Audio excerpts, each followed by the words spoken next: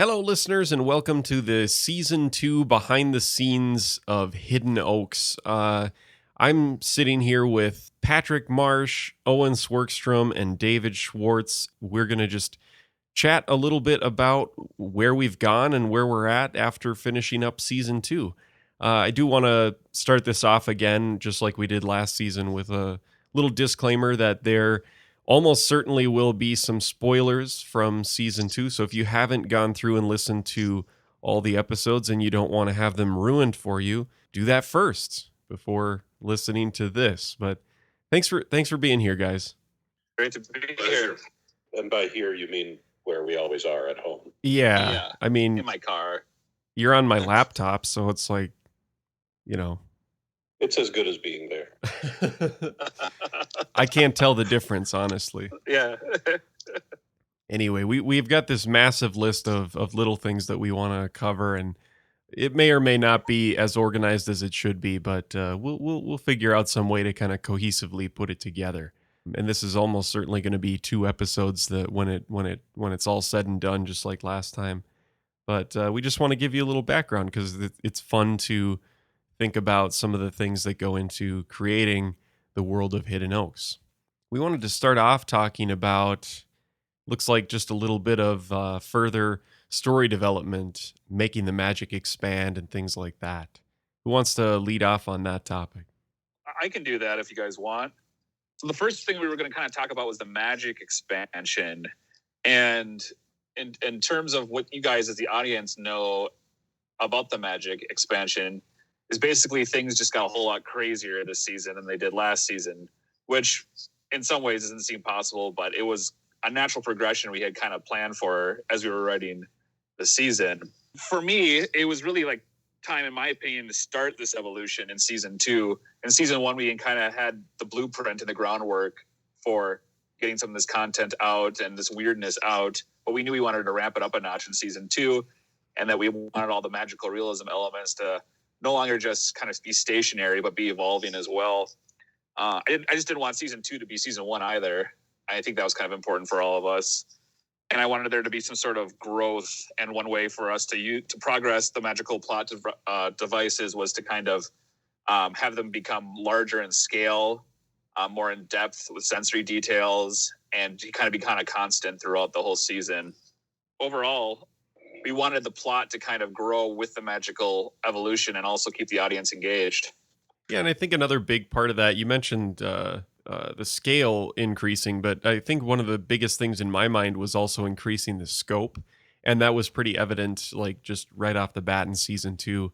We had to, as the magic grew or whatever, the weird things happening, number one, we couldn't just have it be the same types of things that were happening before. It had to get worse or bigger.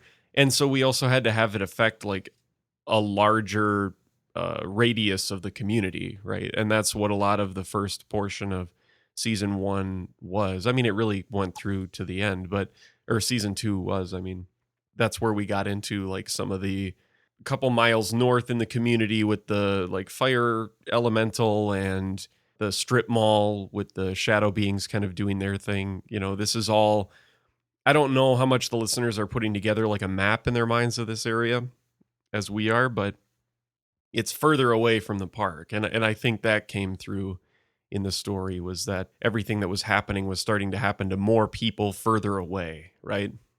For sure. We were talking about one of the things you notice right away from the get-go, and to me that means the theme has some new texture to it. Right. The Season 2 Hidden Oaks theme just has an added layer of wonderful sound. Now I'm throwing it over to you, Dave. One of the things that I think I definitely grew up on, I'm guessing the rest of us did as well, is kind of that 70s television where very frequently they would modify a theme just a little teeny tiny bit. And I think that kind of always stuck with me. So it was kind of neat when you guys said, can you tweak it? And I thought, yeah, that's pretty neat. So I like how stuff like that evolves with the show. I do too. Can you speak any more to that? Because that I'm really glad that came up here. Was what went into your thought process behind those pieces that you added to the theme going into Season 2?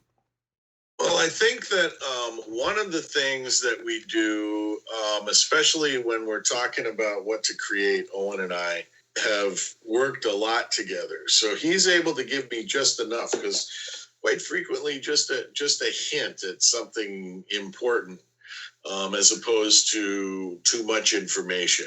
Because then we kind of are able to maybe see if we can use something thematically throughout the season. And so quite frequently, and I think that's exactly what we did with this theme, is that we introduced some new elements that were either going to be part of the elementals or other sound effects that became kind of buried within the theme of the new version of the theme, of the show theme. And it's kind of crazy. He sent me not only, here's kind of the new theme with the new textured stuff, which we all listened to and immediately loved the tweaks there, but he also kind of sent me his leftover scraps. So here are some sounds I was playing with, and some big, long, kind of experimental stuff, which absolutely all got used. Those became important cues as well. The Emerald Hawk Moth and stuff that I've labeled the forges internally, things that came up talking about all this magical expansion of the story going on. Yeah, pretty wild and really fun how well all of that got rolled in. Well, one of the things that I think helps too is that they all are variations or derivations of the same material. So there's a kind of a connectedness to them, even if we don't necessarily recognize it. And that really makes it easy when you've got stuff that you can just manipulate and it still has that kind of, connectedness, that feeling of it all belongs together. And Bob, do you remember you were actually kind of resistant to us changing the theme a little bit in our meeting when we talked about it? Do you remember that? I think so. Mm-hmm. And Owen and I kind of had to romance you a little bit on it. We were like, well, maybe just a little change or whatever. Yeah. You had just gotten done watching, I think, a Star Trek marathon. Like you had watched all the Star Trek. Yep. And you were like, but the Star Trek theme never changes. And we were like, well, we're not Star Trek or anything.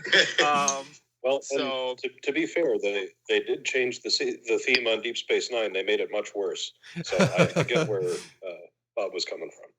I always think back to like branding, and one of the ones that comes to mind is like Menards. They haven't changed any listeners outside of like the Midwest aren't going to know what Menards is, but it's like a big box, like hardware store type thing.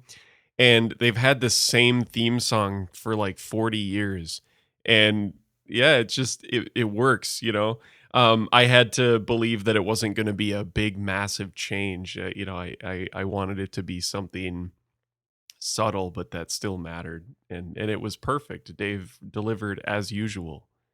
Yeah, it was really good. Just the right amount of change. Yep.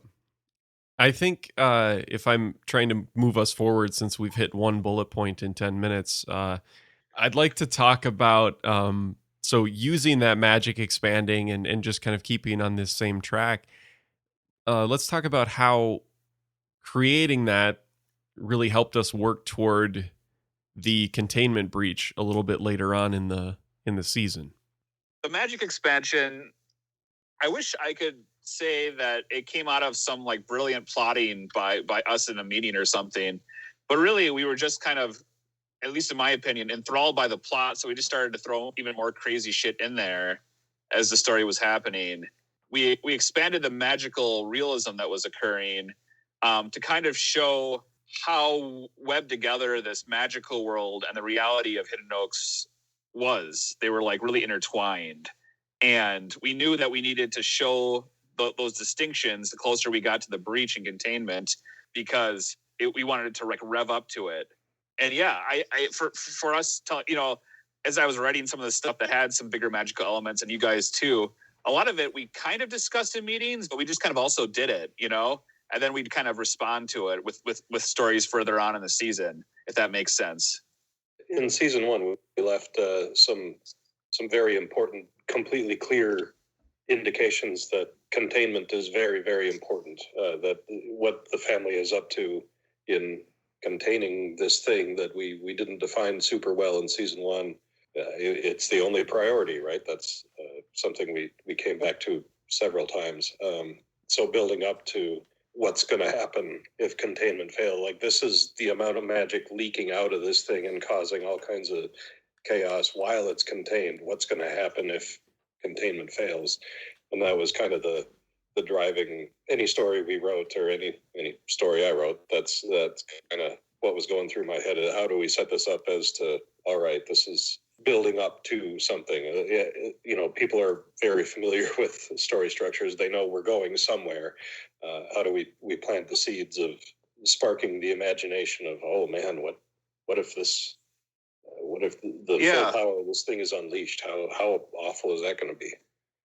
Right. And for you, Owen, for you and Bob, you guys were kind of, it was like I was the flood and you guys were the kitchen sink that was kind of falling apart. Like you guys were patching it together and taping it together with your stories, and I was just pouring more and more water down the drain. And that's just kind of how the season went.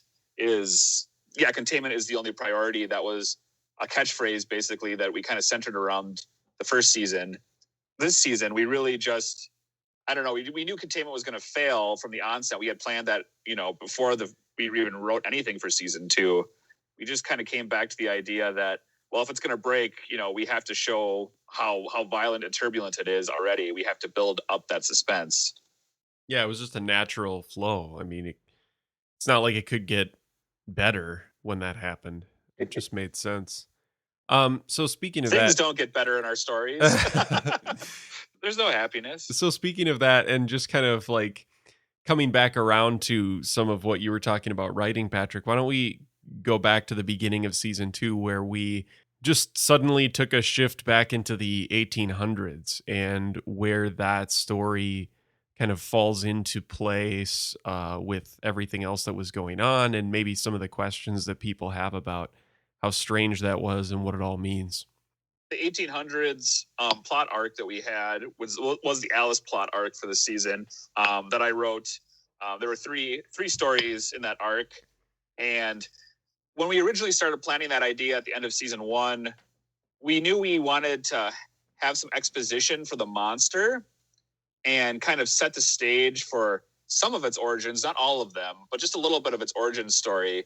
And we didn't really want to spoil anything about what the monster is, and we still haven't said anything like that. We like that suspense and that abstraction. But with the 1800s, we really wanted to show how timeless this creature is, like how long it's been around for, what it's been doing, how it interacts with human beings, because you're seeing a very specific interaction in Hidden Oaks, where in the 1800s stories, it's a different interaction, because obviously the monster is contained in Hidden Oaks, but in the Alice arc, the monster isn't contained. It's moving about freely. So we kind of wanted to show that distinction and how they operate, and the difference between the two, how the monster operates in the 1800s versus how it operates in Hidden Oaks. And also, I really wanted to write back in that time period, back in the 1800s. I really thought that would be a good setting to kind of evolve the superstition and supernatural, elements. And yeah, I mean, that was basically my main driving force with it. Was it gave us an opportunity for exposition, but it also allowed us, to kind of get out of Hidden Oaks for a little while. Yeah, and I think it really set the stage for a lot of the mythos development, if we look at it like that, doesn't it? Because it's really what gave us a lot of the ideas of the entire, zoomed out scope of what we're dealing with here. Not just the one monster in the present day, but what the whole thing is, right? Almost more of that kind of Lovecraftian old world, like what's really happening, how far back does this go? That really engages me a lot, for sure. That's a really good point. Like it does increase the scope and scale, as we were talking about too. It shows us that this creature isn't just some anomaly hanging out, in a New Brighton suburb, the suburbs of New Brighton, Minnesota. It's beyond that. It's been beyond that for a while. It kind of lets the audience imagine, well, what's the story behind that? Where are they going to go with that? And I know for me, it was just, as a writer, it was a bit of a nice respite from writing in Hidden Oaks and writing, the suburban setting versus like the open plains setting. It was a completely different set of details, sensory details, everything else. Yeah, not to mention it sets the stage for, like a prequel trilogy too. So that was a joke, kind of like a joke, non-joke. But I guess we've touched on a little bit of the containment breach at this point in concept, but there's a lot to talk about there in terms of what we've laid out in our narrative and in our background understanding of this universe and what it is that actually keeps the monster contained. And I'm wondering if this isn't a spot where we take a minute to talk about like the creation of the elementals or whatever we want to call them here. The elementals, and that, Bob, I'll let you take point on that, because you had been enchanted by some influences for the elementals that you brought up pretty continuously at our meetings each time. and you'll have to touch on that influence when I get done here. But for us, I think all of us, we wanted to, when we thought of the idea of elementals or these magical forces that kind of help contain this creature. We didn't really struggle with it because we were all kind of on the same page with how we wanted them to interact and appear. And that was very abstract, which is kind of, another word for Hidden Oaks in general with how we move our plot devices around.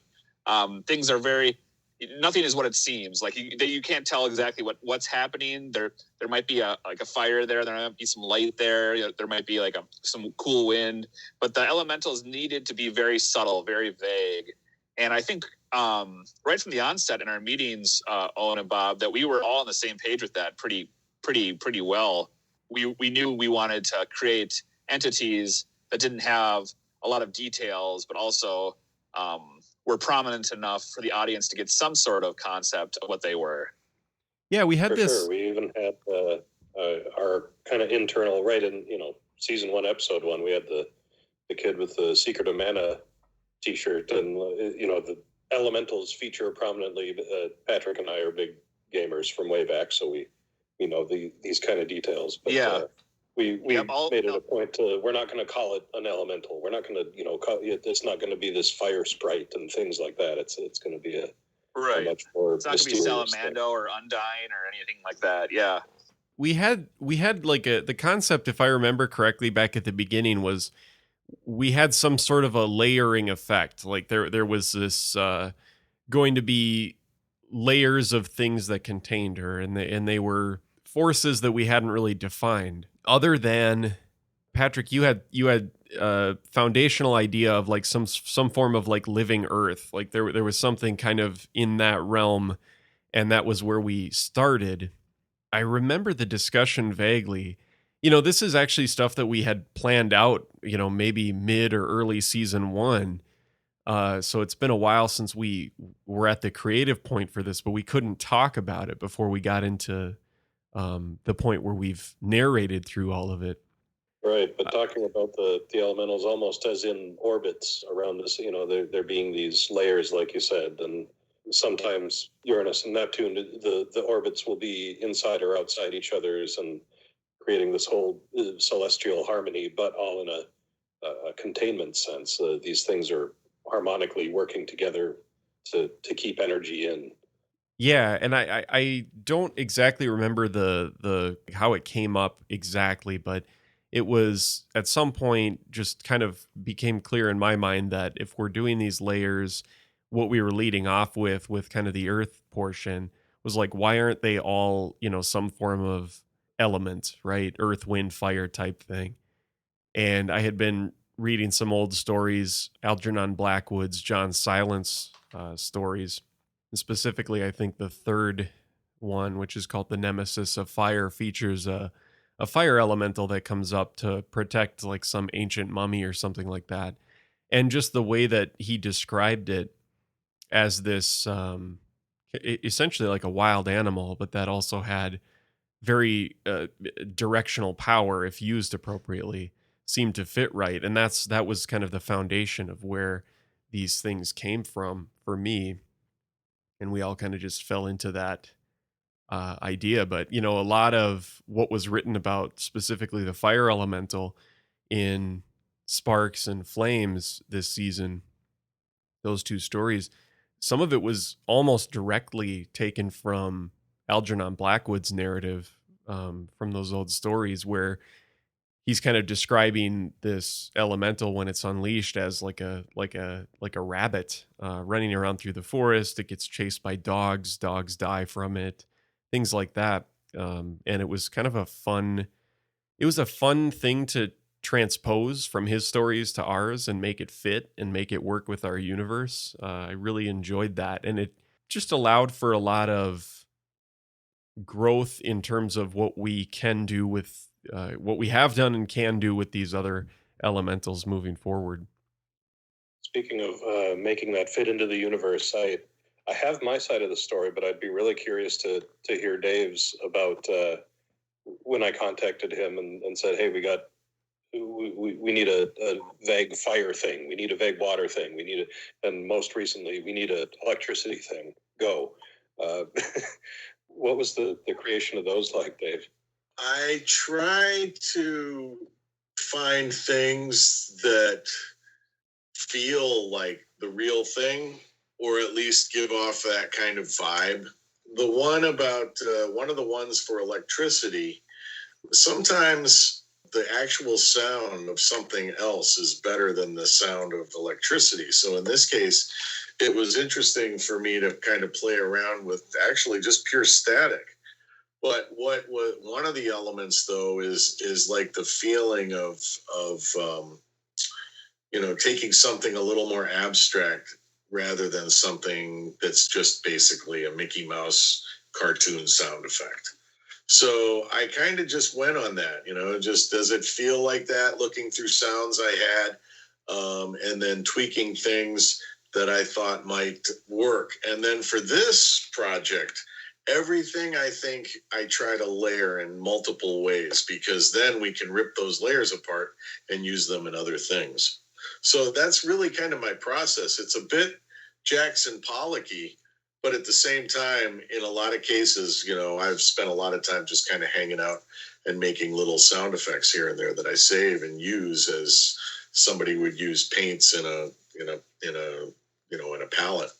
I forget the progression of it, but when you sent me the fire element, and I asked, I need both one that could pass as wind, because they're not sure that it's fire, whether it's fire now in season 1, where they're going down into the cave, and it can add the crackling stuff as a separate layer, which you already had it all separated out, so that was great. But and I think at some point Bob and I had a discussion of, so this fire elemental, is that the theme song, like all squished, all crumpled in on itself?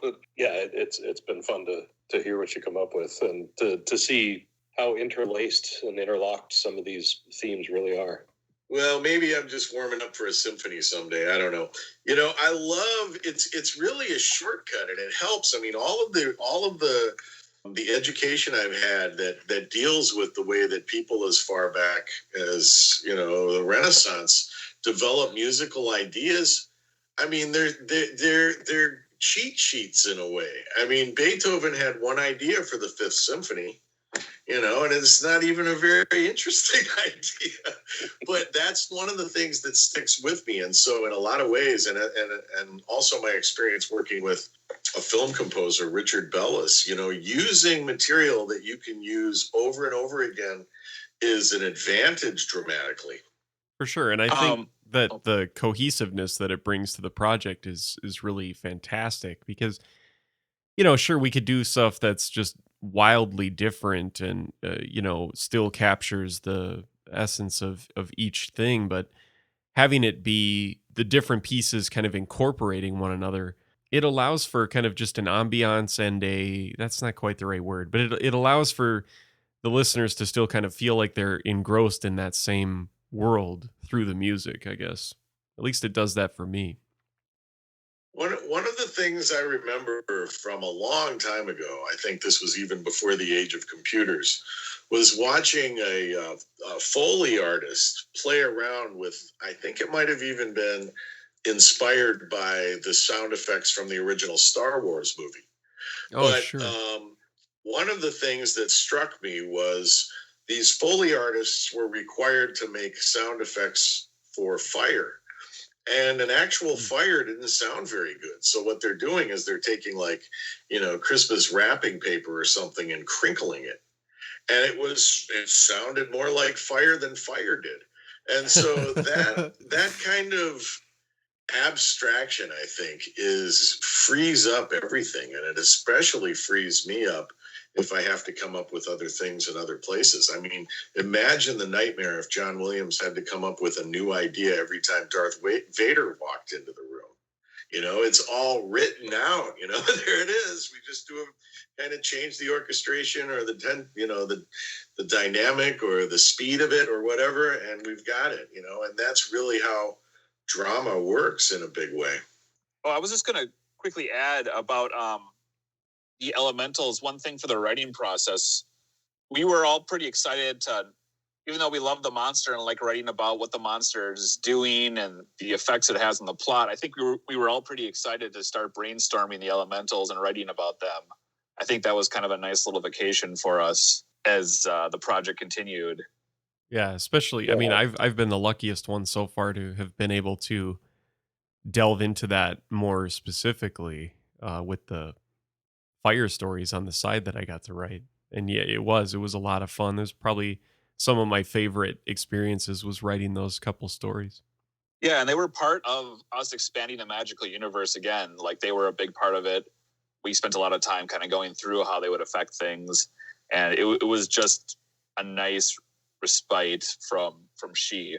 Yeah, a lot of this stuff really does serve like multiple purposes. I mean, we keep kind of coming back to that concept, and you're absolutely right. It did play into the expansion of that scope. That was the first time that's really one of the main times, other than the strip mall stories, which I'm sure we'll get into a little bit more here, where we got to show, hey, here's 2 miles away being affected by this stuff too.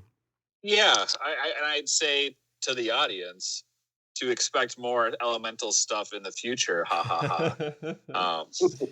That being said, that leads directly into our next point, which is character returns. We have had, we had some kill-offs in season 1 and everything, but why don't we talk a little bit about some of the folks that we decided to bring back for season 2. Some of them are more obvious than others, but Patrick and Owen, kind of let you guys lead off with that a little bit. Do you want me to start, Owen, or did you want to start? I can go first for a change. Why not? Go for it. Yeah, you got actually some more interesting ones, I think. But Agent Wilker, kind of the newbie agent in season 1, sort of gets field promoted almost. He becomes more central and more important, and kind of by default more senior. Just his mentor, Agent Mattson, was killed in season 1, so he's kind of left stepping it up and left, wishing he'd had more time to learn the important things, in a similar position to the family. Yeah, Wilker gets to come back. We get to learn some new things about him. His calming effect. He's one of the 2 J's going for. He's got his good college buddy that he spends. He used to spend his days playing old video games with and things like that. It's very much based on my college roommates and I, and just kind of the fast friends that we were playing stuff together. But yeah, Wilker himself coming back. We see some new sides of him. We see him develop a little bit. If he has a power or an ability, it's that he's kind of a calming presence. He can cool heads around him, which is interesting when playing off Commander Mira, who's cool-headed as they come already. So she doesn't need that from him, but needs other things, and will bring him along in places where maybe Mattson would have been a better choice because he had more experience and more knowledge. But Wilker can come in and talk to this very apprehensive pair of siblings about personal family stuff that they have no reason to share with these strangers and things like that. Yeah, it's been real fun. And I stole the name Wilker, the best man at my wedding, childhood friend growing up. I think it's a great name, and it's the character is not necessarily based on him, but some of the things that make him great are also some of the things that make the character Wilker great. So it's been really fun to have him around still, and to be continued in season 3. Well, and I think it's really interesting, like a point you bring up about him being this calming presence and not necessarily that Mira needs it. I think she kind of does in a way. And I think she realizes that, like, it comes to the forefront in the square table. Yes, I don't want to say she's not empathetic. She is an empathetic person. She has emotion. She's more cool. Detached, though. That's what I was going to say. She's detached. She needs him to be able to reach out in these emotional ways that she's not as good with. Yeah, or that she, almost is purposefully maybe not good with, or because of circumstance. She's a wise enough leader, to not get too attached to specific people in the first place, and to know that is a weakness of hers, and to be able to compensate for it with the resources she has available. Mm-hmm. Yeah, we see it come up in multiple points with her this season. I mean, I guess, we can kind of go into her really quick too, because she is somebody else that returned this season, and we did see some significant growth with her character as well. But we explored specifically that point of her. I should say you did, Owen, because you wrote most of her, and it not only comes up in the square table, but also thinking ahead to, was it Fractions right at the end when they're walking through the aftermath of the disaster? Yeah, when they're kind of taking their tour of the decimated agency, and she, it's information she doesn't want, but she knows is important, and they deserve to at least be known. Hopefully it comes across as a really interesting and difficult struggle for her leadership-wise. Yeah, Mira came up with her in season 1 to be kind of who's in charge of the operation right now, and kind of built up this backstory in my head of, it was run by Friedman for a while. It was run, I have kind of this whole thing mapped out of this branch of the agency, bringing in Mira and who do we need as a leader. So I got to write quite a bit of material for her. And then I think it was you, Bob, wrote Keep Off the Grass. And finally, I and everybody else knew what Mira looked like. I had never bothered to describe. I'm so bad at, I don't think of people in terms of, what the kinds of descriptions that are, a sane human being would think of. So finally, we know what Mira looks like, and I think it's great. You made her kind of a stout, shorter, but very much in command of the room presence. I love that. I think that's you did better describing her than I could or would have. So thank you for that. Oh, thank you. You want to talk about Will, Patrick? Yeah, I'll talk about Will. This is a fun one to talk about because Will was an obvious favorite of mine because to pound that meta drum that is synonymous with Hidden Oaks. When it comes to me, he was based on me from when I was younger and from today, certain aspects of it. The settings he interacts with, like Ocean Foods, Manor Villa, his grandparents' house, they're all pulled directly from like nonfiction environments from my past. Like back when I went to writing school, they were like, either you're going to write fiction or you're going to write nonfiction or you're going to write poetry. And don't you dare wander out of those genres or you'll be, I don't know, shot and thrown in the back of a truck. I don't know. Like they really stressed that you couldn't wander from genre to genre. You had to kind of like establish yourself as either your nonfiction, poetry, or fiction. And I really liked writing fiction, but I really liked the details of nonfiction because when I thought about my own personal experiences, I could get really good sensory descriptions of things and really good like personal details that kind of put the audience in a better position to imagine my story. So using Will in this way and bringing him back allowed me to do that in season 2 of Hidden Oaks, where I could use some of these nonfiction settings to help move along my fictional story. And like I said, I grew up near Hidden Oaks, like right down the road from it. So I have like direct experience in that area that I could pull from. Also, like one thing that was fun about Will, and I'm still like this today, is he has a lot of angst, impatience, and a familiarity with anger that he immediately jumps to. in any situation, including when he gets tripped outside the woods and he just screams at the woods like, "What the fuck, man? What's wrong with you, woods?" and whatnot. So, yeah, he just echoes that sentiment with me as a person. No matter what's gone on in my personal life, what's waxed and waned, and so to speak, like I've always had issues with anger. So it was also therapeutic to write that character. Then it was nice to in the Ocean Foods story, like it was just nice to write about that grocery store that I used to go to and the strip mall that I grew up near and visiting those places. It was just nice to go back in time and be like, oh, I remember the smells. I remember the sights. I remember when I would walk into the store, the products were so different and so unique that I felt like it was a vacation almost, like I was traveling abroad. And it was just really cool for Ocean Foods. And then when I got to do Mantor Villa, that was for me to go back in time to a cabin I used to go to when I was a kid that I no longer go to. And that was also really fun because it allowed me to examine some details about that, like the pizza rolls, like buying a bunch of pizza rolls and warming them up. Like I'd always do that. No one else would bring pizza rolls up there, and I would bring pizza rolls and warm them up. And by the end of the week, everyone had bags of pizza rolls in their freezer because the smell of them drove everyone nuts. It's funny how foods, things that you wouldn't think of being as contagious, really do spread like that. It's a great detail. I thought that added a lot of depth to Mantor Villa. Yeah, thank you. It was just nice to do that. And the other thing was I got to kind of expose kind of some not root causes of Will's anger, but he was kind of obviously bullied. I mean, he was bullied by Aubrey in the first season. And then in this season, he was clearly bullied by his cousin and uncle. So maybe the explanations for his anger aren't necessarily that he's an angry person. He's just been around some toxic relationships, if that makes sense. He didn't really try to solve any of the issues. He just kind of got smeared by them basically and was just like, okay, now I have to deal with this tattoo on my arm. I have to hide it.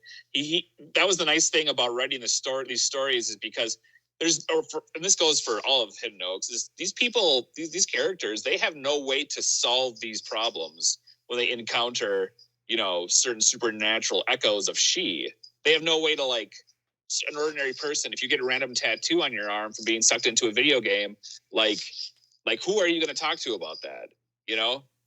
That's of course Becca from Jonah Maggio's, but it's just it really kind of shows, it's a nice supernatural metaphor for what happens when you go through something traumatic and you're kind of embarrassed about it and you don't know how to communicate it. But obviously with the Will character, I was definitely exercising some of my own demons with being bullied and whatnot. We talked about that in the last behind the scenes and season 1. Yeah, and I mean with Will specifically, it's kind of coming from all different angles. Like, it's even coming from within his own family and stuff. Like, he's not immune to it in any way. I mean, I don't know. Maybe we haven't really explored him being at his grandparents' house or with his parents, but it seems like at least with his extended family and stuff, he's still experiencing the same type of behavior. It seems like in some of these bullying environments or environments of abuse and toxicity, that the people who get bullied are the ones that are just simply okay being quiet or kind of okay being withdrawn and not really too worried about having to interact with every situation they see. And that's kind of what Will is like. He's kind of on the sidelines of everything. He doesn't feel like he needs to be involved in every conversation or be enthusiastic about things that he doesn't like, but he kind of fakes it to avoid bullying. But overall, he's simply just kind of a bystander. And I feel like some people, I don't know how to describe it, but if you're quiet in a situation, that makes you like a target, or at least when you were a kid, it did, Well, yeah, if you don't stand out in some ways, I guess people aren't going to notice that you're being bullied, right? Does that make sense? Like if you're somebody that's not, if you're just one of the he's just kind of a background person.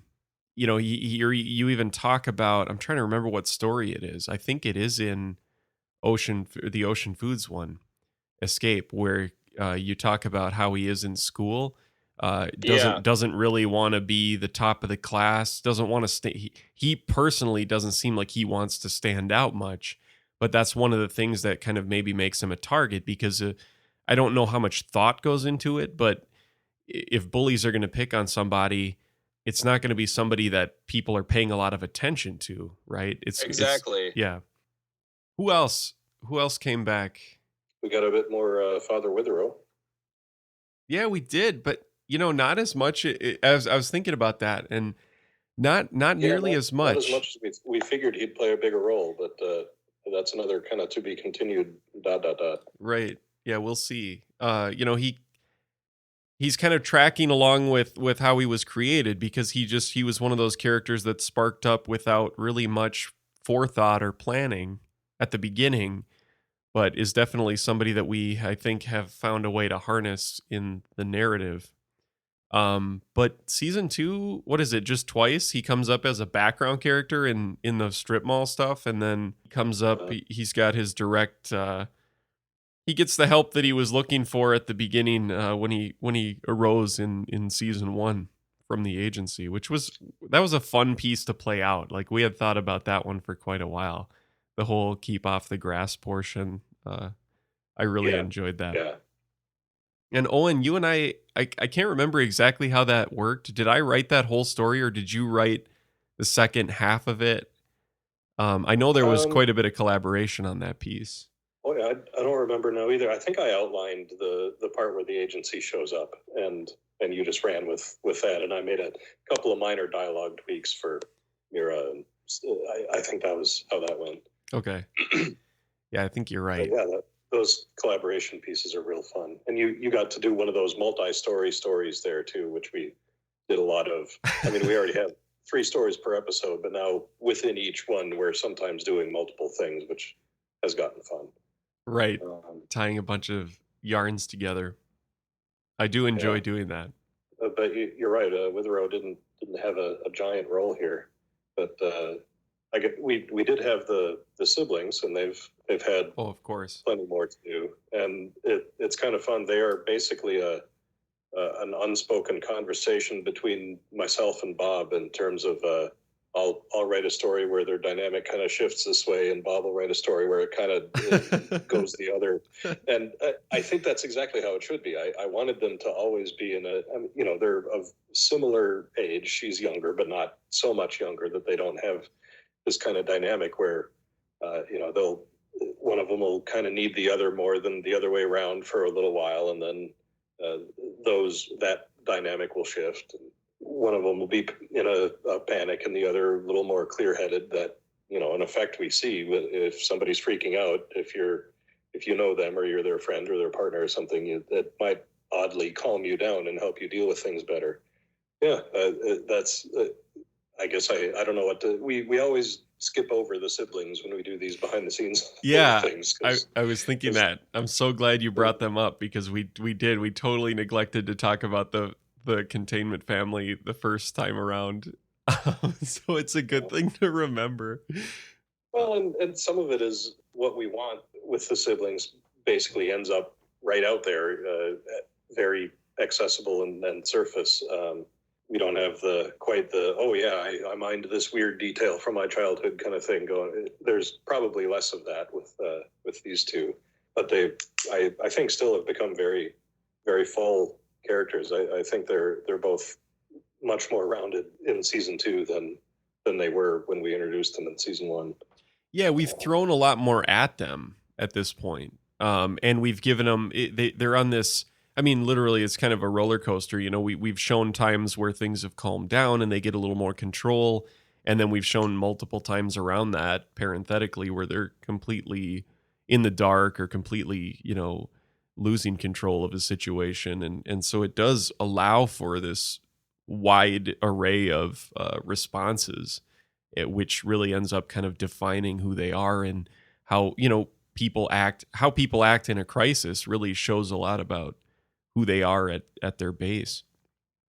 Yeah, and they've had kind of crisis after crisis to deal with.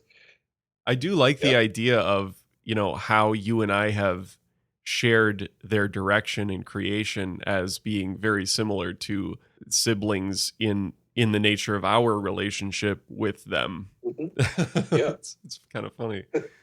I guess going into, if we go a little bit more into character returns, we should talk about the Halloween episode, because that's all that was a series of character returns. All right. Our emergency Halloween special. Yeah, exactly. We put off thinking about until it was almost too late. And we opened it up with your piece about Amy, right? So yeah, Amy is she's a person I needed to have known when I was young. I was one of the boys who were full of themselves and thought they knew something about computers, but if somebody had really known their stuff, they would have run rings around me. So she's somebody it would have been useful for me to know when I was that age. Somebody, I guess, little, she's a bit more wise beyond her years than me and my group of goofs. That group of nerds was more or less me and my friends. But yeah, we didn't have anybody there to really put us in our place and say, hey, if you want to say you know your shit, this is how you do it. Yeah, she also kind of can see where, we look back in hindsight and, computers and programs, things getting smaller and faster and cheaper all the time. The writing already was on the wall in these cycles of let's centralize everything versus let's distribute everything. And it's not a accident or a surprise that we ended up where we are today. Machines are making decisions that affect people's lives. It is literally people's jobs to listen to a computer, to tell them where to drive and who to pick up and how to get to their destination and where to drop them off. And then the bank transfer is like, it's all, there are people whose entire lives are subservient to if-then statements. Like that's a terrifying thing to me. And I love computers and have my whole life, but that kind of thing really scares me, where she kind of embraces that. And that's like, if this is where society's going, I'm gonna be in the ruling class. I'm gonna be sitting up on top of all this stuff. I'm not gonna be down here in the dregs with schmoes who don't understand why things are happening. I like writing characters who are smarter than me. I think those are interesting and fun people. Whether or not it came across that I was even slightly qualified to write, journal entries of a high school aged girl, probably not. We received some unflattering feedback on that episode. I'm guessing that was that was directed at me, but yeah, I don't know. I didn't see it. But yeah, it was fun to bring up, sounds of dot matrix printers and, play with the kind of keyboard chaining stuff, Oh, yeah. the kind of antics that we got up to, my group of goofs and I. So that was really fun to revisit. The next story was a throwback to Aubrey and the Bullies. The emergency Halloween special, kind of what we're referencing is that we talked about doing it, and then I don't remember exactly how the conversation went, but all of a sudden we were like, we need to get it done, and like done. Like we were like, how close were we to Halloween? Oh man, when we got everything pulled together. I think it was a week out when we were just buttoning down the stuff. Isn't that one of the ones that we just recorded a day or two before? Yeah, I think it was. It was very tight turnaround of the whole thing, writing, recording, getting it out. It was super frantic time frame for that one. Well, it was one of those things where we were like, well, we could do this, but we don't need to put a lot of thought into it. We were in the depths of creating season 2 and all this, and we just thought it would be something fun. It fits in with our environment, like, we're doing horror and suspense and stuff, and so obviously Halloween is something that is right up our alley, and we just kept putting it off, like, let's keep driving season 2 and we'll just do it if we have time and not if we don't have time. And then we got to that window where we were like, well, here comes Halloween, and now we suddenly have some time, we can do it. But it was like last minute. It was one of the more on my end, even though it was a little bit stressful last minute. It was a really fun episode to edit together, and part of that comes from we'll get into this with the Aubrey story. I'll let Patrick talk about, but we had a really fun sound cue in there. Yeah, and just the overall Halloween episode, I really like the concept of and I think you guys thought this too, of a prequel episode, because linearly and seasonally it would have been much harder to do it kind of incongruency with what was going on in the season, if that makes sense. We couldn't have it be in the season itself. It had to be like a prequel episode.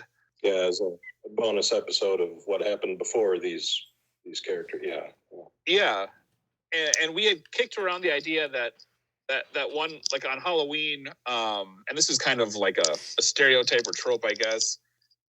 It's that on Halloween, spirits can move around more freely from like where if they're, from graveyards, from supernatural environments, that spirits are able to kind of visit and move around. And this type of plot device, I actually, when I watched American Horror Story season 1, there was a bunch of dead people attached to this haunted house. And then when Halloween hit, they could all wander off, and they interacted with people who they could only see basically once a year because they were stuck, kind of chained to this haunted home.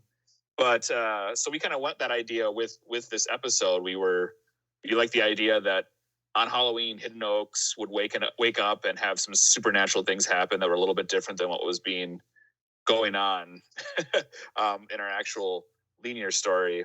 And so that brings me, of course, to who I decided to write about, which was Aubrey, who was revisited.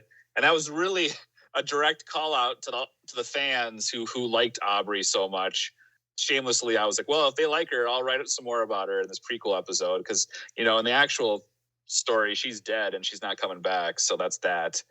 It was really fun to revisit her character and kind of show the same, little bit like what goes on with Will. She obviously comes from a bullied environment. She lashes out, only she's a little bit more toxic and about how she lashes out towards people. And I got to explore her relationship with Ty and Clement a little bit more, and what their traditions were for Halloween, which was based on some kids that I knew growing up who would pee on people's houses and egg houses and beat up kids and take their candy. Those experiences were, again, nonfiction for me. Yeah, it was just really fun to bring her back and have her interact with the world. And I managed to, in the story, write a little bit about how things were changing, how her friends were no longer as interested in being kind of like scoundrels, and they were more interested in being socialites and going to a party that with high school kids and this and that. And how Aubrey didn't want anything to change because she was comfortable with what she was doing on Halloween. And it was kind of fun to bring up that dynamic. And again, I wanted to show her Aubrey having a physical home, like one she could go to and stuff, but she didn't have like an emotional home. So she was constantly kind of homeless in that sort. Like she had no one she could count on. Her father was absent from her life for the most part, even though he was there physically. I really like the scene at the beginning where she's getting ready in the mirror in this house that's seemingly full of life because it's Clement's house and daycares run there, and like he has lots of siblings, and it's just this house full of energy and love, and that's completely opposite of where she's growing up. I mean, that was kind of the Aubrey angle of that. I'd like to hear Dave's side of when I asked him, like way later than last minute, hey, we have a Gorn costume. Right. Got to think back to the 60s Kirk fighting a Gorn. Like, is there any way, like, could you come up with some Gorn music for us? The first thing I thought of was that kind of that Star Trek rhythm, that da-dum, da-dum, da-dum, da-dum. And I remember that I had something like that in an orchestral piece. It was that simple. I think that's what you're talking about, right, Owen? Yeah, it is.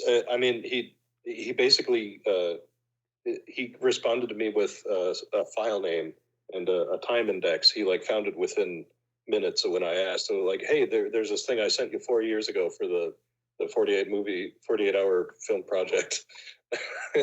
And oh yeah, I already had the material I needed to make this epic Gorn musical cue.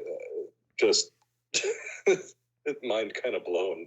Yeah, those are the fun moments. Those really are. When I brought up the Gorn reference, I was thinking about my dad, and I was at a gift shop with him years ago, and they had it was like a joke gift shop or something or whatever, a gag gift shop, and they had a anti-Gorn spray up. yeah. So if you sprayed yourself, the Gorn, it was it was, I'm sure if, Paramount heard about it, it was like a bootleg merchandise, but it was like Gorn spray, and it had a picture of a Gorn on the spray bottle. If you sprayed yourself, Gorns would leave you alone. And my dad, who loves the original Star Trek, the original series, he was like, "Oh, look at that. Do you know what a Gorn?" He got really excited about the Gorn. He was just like, "Do you know what a Gorn is?" I'm like, I vaguely. And yeah, I was just playing with that memory when I put that reference in, because the Gorn is one of those things you could totally, your dad or your uncle or anyone could be like, "Yeah, here, you got to watch this episode and watch him fight the Gorn. Like, you got to watch it, and let's sit down and watch it together." And then you'd be like, "That's the Gorn." And so I had to put that reference in. And I got really excited, and I'm like, "Yeah, I'm gonna have a Gorn reference in that." And both Bob and Owen were like, "Yes, we're on board. Great." It was like an immediate reaction, which was really fun. I get a kick out of stuff like that when I see either other composers of instrumental music or film composition doing something akin to that. And in fact, just the last couple of days in bits and pieces, I was watching Galaxy Quest, and David Newman did such a great job on that score, because it really is evocative of everything about the original kind of Star Trek that it was not making fun of. In fact, it wasn't making fun of it at all. But it's just great when you see composers that are able to do that and are using those kind of references to kind of add a layer of interest to things. It's funny that the Gorn has such a place in people's memory with Star Trek, the original series, because it was just, there's only a Gorn in one episode of that entire series. Like, it's just the one where a throwaway adversary. I'm sorry, Owen, you were going to say something else. Oh, just there's a bit of a musical segue, if we will, into the third story, the Halloween episode, which you brought up a specific piece of music in the story and performed specifically on the piano. Even though we were kind of down to the wire, I was like, I got to find this. I got to find a version of this that is not under copyright conditions that I can include its performance in this story. And we ended up, I tacked it on, used it instead of the show's theme for the outro, which was fun. But I figured that could maybe somehow segue into you talking about the Lich story. Yeah, that song is, I love that song, the Queen of the Night aria from, I can't think of the name of the opera right offhand, but Magic Flute. Yeah, thank you, the Magic Flute. Of course you would know that, Dave.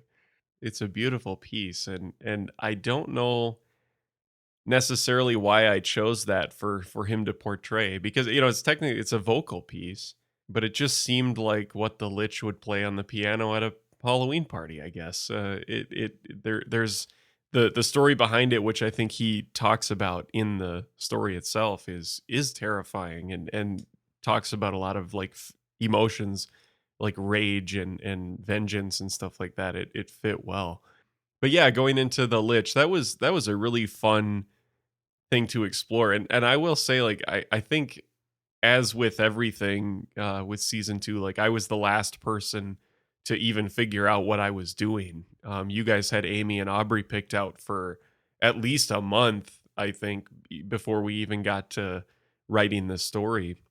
Yeah, I just couldn't choose anybody. I was really struggling, and maybe it's because a lot of my characters, other than the siblings, are just one-off people. Like, I don't think I've written a lot of characters that stick around other than Father Witherow.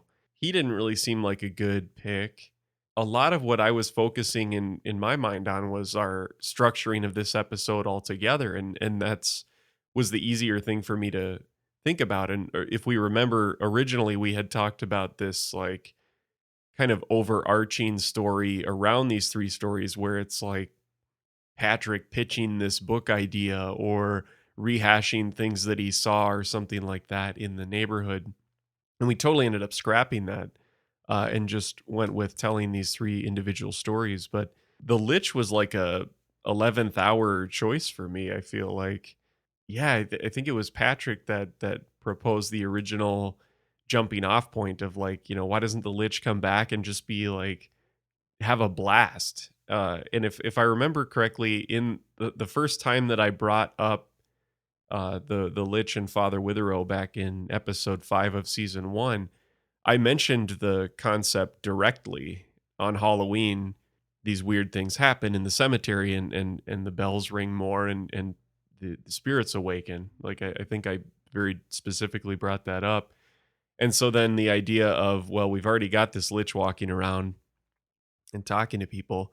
Why not just explore it more, like Patrick mentioned? And yeah, having it just be this fun romp for him, like the one day every year that he gets to roam around, just like have a blast, man. And that's what happened. And it felt very real and fun. And I just liked the idea of him just being, just falling into it. People can't tell who he is because everybody's in costumes, and he just lives it up and has a blast. Like he's a real people person. He knows what people like, and he just lives it up. And boy was that fun to do. And yeah, of course he sits down at the piano and plays something that just blows the party away. It's a fun story. I enjoyed it. I remember my brain absolutely seized up and tripped a couple of times during the card trick you were describing, and probably describing very well. The piles of cards and how he was moving stuff around. And my mind's eye was not there. It was not following the end result after you took into account that some brains like mine would malfunction and not be able to follow that. You smooth it all out, and right. When performed, it flows perfectly well. That's right. I was going to do that for you guys if we got together for this. That's funny. Yeah, I remember when we were talking about it and like the concept for the story and stuff in one of our meetings, and I was like, he's got to come back and just be like, someone mistakes him for like their significant other or whatever. Right. We talked about like it being like he gets like pulled into a crowd and they're like, God, your costume's great, and he just like kind of goes with the flow. Yeah. And we were like, he needs to be super charismatic, like old school charismatic, like is used to like entertaining at a party and basically being the life of the party even though he's dead. Yeah, and I think that happened. In my opinion, it happened in multiple ways, because like I've gone back and read that story and listened to it again, and I feel like he really did kind of come alive for me. It brought me so much joy to see him just kind of thrive in that environment, and I owe that to you because of that suggestion, Patrick. It fits so well. Yeah, it fits so well. He just it was such a bright thing. And it was fun to like leave off on that story. It's like a happy ending piece, pretty much. There's not really a lot of darkness, I guess, other than like the people involved had some scares, but it wasn't really harmful to them. Yeah, and he had died years ago, so it's not like right. There's a future tragedy darkening the. We know something terrible happens to this guy in the future. Well, yeah, not so much. Probably like the happiest zombie story you could ever have. Yeah. Yeah, and it really tracked, like you said, with the whole Halloween special. You did lay the blueprint for that, back with the bells in season 1. The idea that on Halloween, the bells ring. And were those bells that if people were like buried alive, they'd ring them and stuff? Was that what it was? Yeah, that's what I came up with. Like I had to make the cemetery pretty old to do that, but I mentioned that like the oldest part of the cemetery from the Victorian era had that, and that was a real thing. But that's essentially what it was. Yep, the Very old cool. graves. Mm-hmm. So I think that's a pretty good place to wrap up the first half of our behind the scenes special. We've got a lot more to talk about. I just want to thank you guys again for listening and joining us for all this background stuff. And thank you guys for being here to talk about it with me. Thank you. Thank you. We will be bringing you guys the second half of this in a week or two. Thanks for listening, everyone. Until next time.